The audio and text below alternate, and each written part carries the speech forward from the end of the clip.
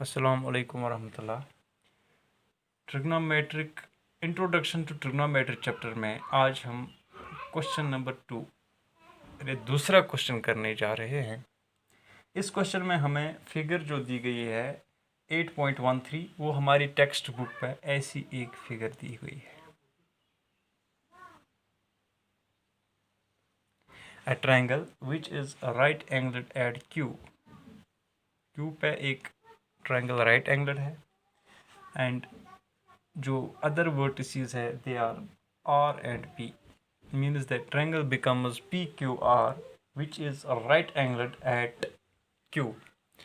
और इसमें QP दिया गया है या PQ that is 12 सेंटीमीटर्स और इसके अलावा PR भी दिया गया है that is 13 सेंटीमीटर्स। तो सबसे पहले हमारा जो काम होगा that will be to find out the third side of the triangle that is QR।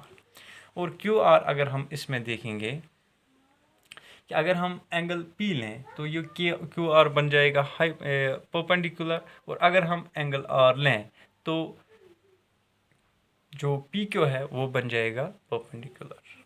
ठीक है, तो हम पहले QR चूँकि हमें पता नहीं है इसका वैल्यू हमें ढूंढना है, तो QR को ढूंढने के लिए हम लगाएंगे Pythagorean theorem. By Pythagoras theorem we have कि हमें क्या पता, हमें पाइथागोरस थ्योरम क्या एक्चुअली बताती है कि hypotenuse square is equal to sum of the squares of the two other sides. तो हाइपोटेन्यूज इस ट्रायंगल में है PR, तो PR का जो स्क्वायर है वो होगा बराबर PQ square plus QR square. ठीक, अब ये जो PR और PQ ये दोनों हमें वहीं से दिए गए हैं। PR हमें दिया गया है 13 मीनस 13 स्क्वायर, ये किसके बराबर होगा PQ स्क्वायर। PQ स्क्वायर वहीं से दिया गया है 12 स्क्वायर प्लस QR चूँकि हमें ढूंढना है लिहाजा हम QR ही फिलहाल लिखेंगे। अब हमें क्या चाहिए QR स्क्वायर, ठीक है ना, फिलहाल QR स्क्वायर। तो इसका वैल्यू क्या आएगा 13 13 169 और ये माइनस 12 12 144, ये इसके स्क्वायर का वैल्यू है।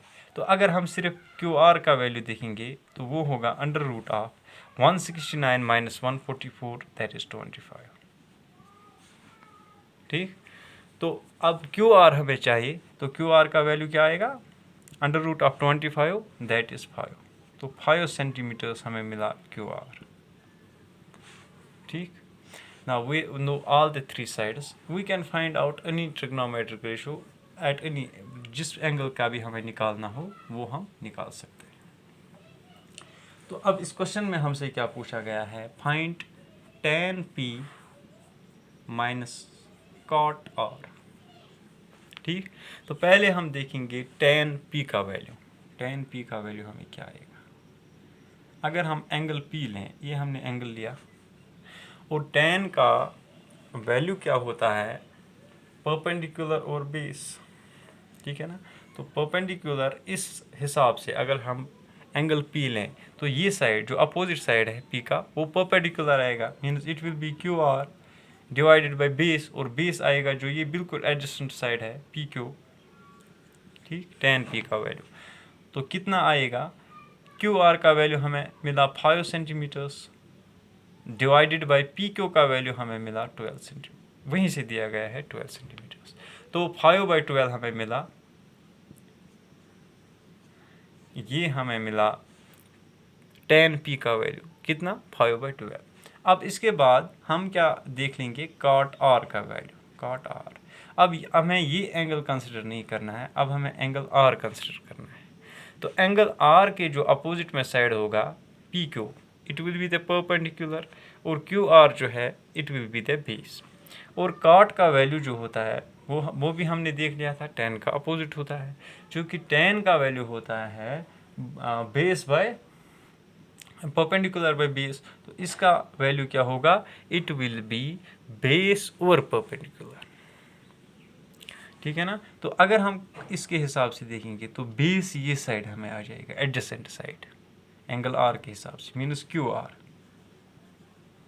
Bye by perpendicular which now will be P Q. उस टाइम पे हमें उल्टा था, वहाँ पे क्यू आर जो था परपेंडिकुलर था और पी क्यू बेस थी। यहाँ पे हमें क्यू आर बेस है और पी क्यू परपेंडिकुलर है, तो अगेन इट विल बी 5/12। ठीक है ना। तो अब हमें दोनों का वैल्यू मिला, पी क्यू tan पी का भी और cot r का भी। अब हम इसको सब्ट्रैक्ट करना है, हमें cot r को करना है tan p से सब्ट्रैक्ट। तो हमें tan p minus cot r का वैल्यू क्या मिलेगा, इट विल बी 5/12 माइनस 5/12। दोनों का वैल्यू सेम आया। और मैथमेटिक्स में तो हम सीखते आ रहे हैं बचपन से, लोअर क्लास से हम सीखते आए हैं कि anything subtracted from that thing becomes zero. अगर किसी चीज़ में से उतना ही घटाया जाए तो वहाँ पे कुछ नहीं रहता है, मीन ज़ीरो रह जाता है। तो हमारा जो आंसर भी है वो हमें ज़ीरो मिलेगा।